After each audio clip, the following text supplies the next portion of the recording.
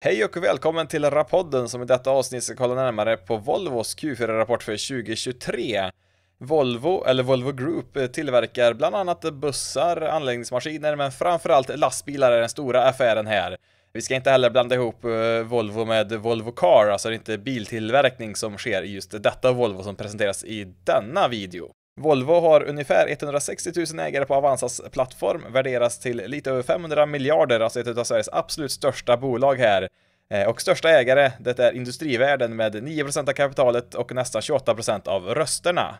Segmenten är 5 till antalet hos Volvo, där lastbil som sagt är det klart största, och här tillverkar man ju alla möjliga lastbilar, både tunga och lätta, och även elektriska lastbilar numera som växer sakta men säkert.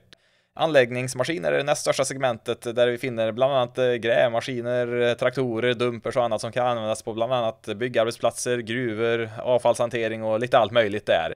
Segment buss gör precis vad det låter som. Bussar nämligen har ju hämtat beskrivningar som du kan pausa och läsa lite mer om här. Kommer från förra årets årsrapport från Volvo, och det var en rejäl ordsallad där från deras sida när de skulle förklara vad segment buss håller på med, istället för att bara skriva något i stil med att de tillverkar fordon som möjliggör transport av ett större antal individer jämfört med exempelvis personbilar. Tycker jag funkar väldigt bra, men ja, det är i alla fall vad de gör i segment buss. Sen har vi Financial Services som är deras tjänst till återförsäljare och kunder som vill få hjälp att finansiera deras köp hos Volvo helt enkelt. Till sist har vi Volvo Penta som tillverkar motorer och drivlinor till en rad olika fordon, som exempelvis båtar, men även till olika industrifordon, alltså till jordbruksindustrin, skogsindustri, till gruvor och även brandbilar, så att man täcker upp en hel rad olika fordon här med deras motorer i Volvo Penta. Som vi nämnde är ju lastbilar den klart största verksamheten man har här, och det ser vi inte minst på den här tabellen där vi ser intäkterna från de senaste 5 kvartalen då bak till Q4 2022, och kan ju se att det är ingen annat segment som ens är i närheten. Anläggningsmaskiner har ju en hyfsad del där, men är fortfarande knappt kan det vara en fjärdedel ungefär utav lastbilsdelen. Och sammanlagt så står ju lastbilar för ungefär 2/3 utav Volvos omsättning i nuläget. Drog in ungefär 100 utav de 150 miljarderna som kom in då i Q4 2023. Anläggningsmaskiner står för ungefär 15-20% från kvartal till kvartal, vilket innebär att lastbilar och anläggningsmaskiner tillsammans utgör ungefär 85% utav Volvos verksamhet. Så det är ju där den stora kärnan utav Volvos verksamhet finns. Sen har man även de här lite mindre delarna som vi kan se i små pluppar där nere. Det är väl bussarna som är något större utav dem som vi ser där. Men i stora hela är väl de ungefär på samma nivå, där utgör 3-4-5% någonstans vardera. Kommer en bild här som kan visa lite mer i detalj hur det ser ut utan lastbilar och anläggningsmaskiner. Och som vi ser, det är på liknande nivå där som sagt. Och till höger där ser vi en tabell då med omsättningen för hela koncernen, och där ser vi då 148 miljarder drog man in under Q4 2023, gjorde alltså Volvo en ökning på ungefär 10% jämfört med Q4 2022. För helåret 2023 hamnar omsättningen på 550 miljarder, en enorm summa, och vd nämnde väl där i en intervju att han trodde väl kanske de var det första svenska bolaget att komma upp i en omsättning över 500 miljarder på ett år, och kolla lite snabbt här i börsdata så ser det ut att stämma i nuläget i alla fall. Nu har jag inte all historisk data framför mig, men kikar vi på bolagen listar i Sverige på deras senaste rapporterade siffror så är det bara Volvo som ligger över 500 miljarder i omsättning. Visst, Traton ligger precis under det på 497 miljarder, men sen kan vi kanske ställa oss frågan om Traton verkligen ska räknas in här, för visst, de må vara listade i Sverige, men det är inte direkt ett svenskt bolag. Detsamma kan man ju säga om flera av bolagen som kommer därefter i AstraZeneca, Volvo Car och ABB. Det nästa riktigt helsvenska bolaget är väl då Ericsson, som hade en omsättning här nu senast för 2023 på 263 miljarder, alltså Volvo mer än dubblar omsättningen mot nästa, om man ska säga då, helsvenska bolag, om man nu vill göra den distinktionen. Sen så måste man såklart kolla vilken marginal de olika bolagen har också. Nettomsättningen säger ju inte så himla mycket egentligen om man inte har alla raderna där under så att säga.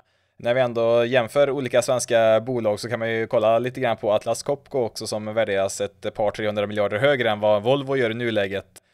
Deras rapport visade intäkter på 172 miljarder för 2023, varav 28 miljarder i vinst. Kan man jämföra då med Volvo som hade nästan 50 miljarder i vinst under samma period.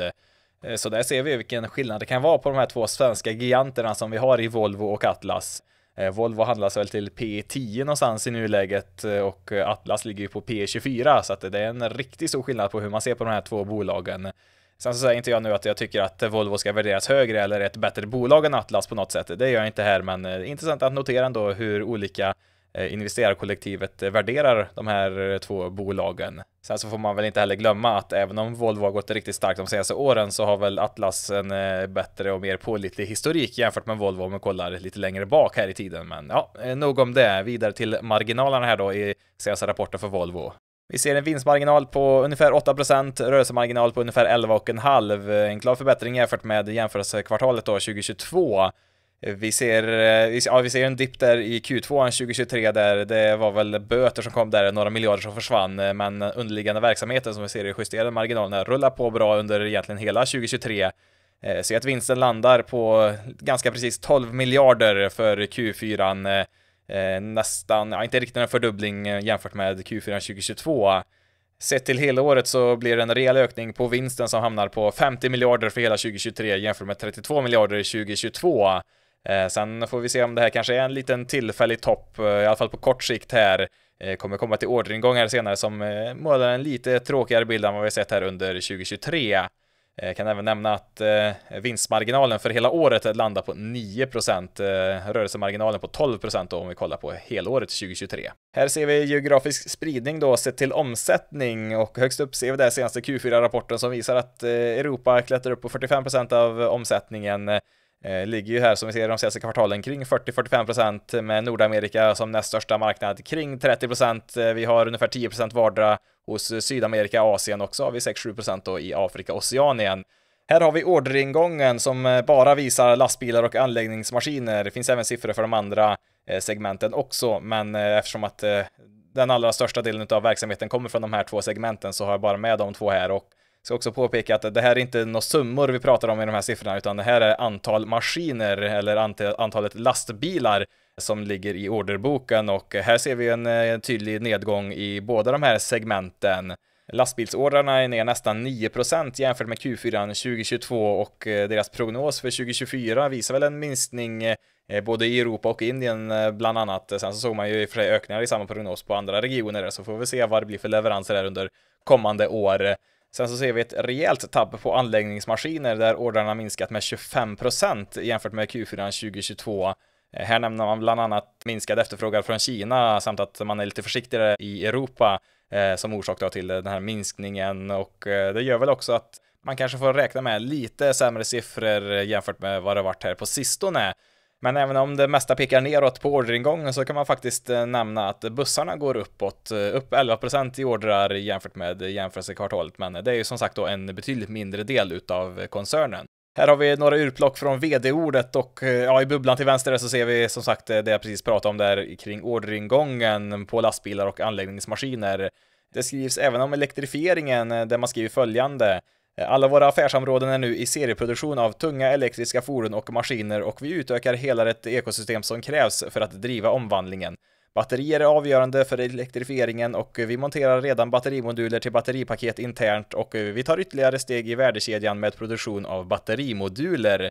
Sen tas det även upp att man ska avyttra ett par verksamheter i deras asfaltverksamhet i ABG, och sen ska man även sälja sin franska försvarsverksamhet i Arcus. Men det viktigaste att ta med sig från vd-ordet är såklart då den minskade orderingången som kanske gör att vi kanske får se något svagare siffror här framöver. Det har ju varit ett väldigt högt tryck på Volvos orderböcker under en period här som vi kanske då får se en lite mer normal nivå här framöver. En av de siffror som många ser fram emot mest i denna rapport är ju utdelningen som landar på rekordsumman 18 kronor per aktie. En ordinarie utdelning om 7,50 och en extrautdelning om 10,50. Sett till helheten då 18 kronor så är ju det en ökning med 28% jämfört med 2022 som låg på 14 kronor. Men jämför man bara ordinarie utdelningen från 7 till 7,50 så är det en ökning med ungefär 7%.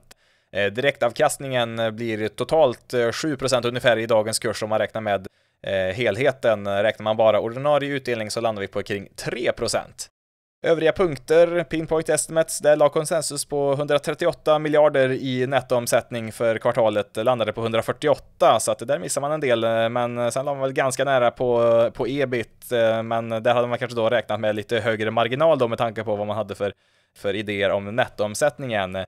Noterar att Volvo har en kassa på 83 miljarder när kvartalet tog slut där, men 36 av dem kommer ju delas ut då i utdelning. Det blir intressant att se framöver om man kommer fortsätta med höga utdelningar eller om man faktiskt kommer att göra några större investeringar med den här stora kassan som man faktiskt har. Och till sist förvärvar man Proterra som gick i konkurs i USA, som man fick köpa upp konkursboet, köpt för 2,3 miljarder, och där ingår ett utvecklingscenter för batterimoduler och kompletta batterier i Kalifornien samt en monteringsfabrik i South Carolina. Det är ju en enorm konkurrens mellan fordonstillverkare när det gäller batteriproduktionen som man vill komma åt, så att vi ser väl fler och fler fordonstillverkare själva ge sig in i den här branschen för att säkra tillgången till batterier. Till sist har vi kursutvecklingen som sedan 2019 har gått upp 120% ungefär, och vi ser där i coronadippen 2020 var ju kursen ner och vände på 100 kronor och nu står den i 250. Så ja, Volvo har rullat på bra här de senaste åren får man ju ändå säga. Sen blir det intressant att följa här då framöver. Vi ser vinst per aktie där också i tabellen upp till vänster. Ett rejält skutt uppåt för 2023. Kanske får räkna med att det blir en något lägre stapel för 2024, men ja, vi får väl se. De har ju överraskat förut här, Volvo, som har gått bra som sagt här de senaste åren. Då återstår det bara att påminna om att det här bara är en kort presentation av ett bolags senaste rapport och ska inte tolkas som någon form av rekommendation av bolagets aktie. Kom också ihåg att all form av investering är förknippad med risk. Tack så mycket för din tid och tack för att du har lyssnat eller tittat på Rappodden som du finner dels på YouTube och som podcast i videoformat på Spotify eller endast med ljud där du lyssnar på podcasts. Ha det så bra där ute, så hörs vi i nästa rapport.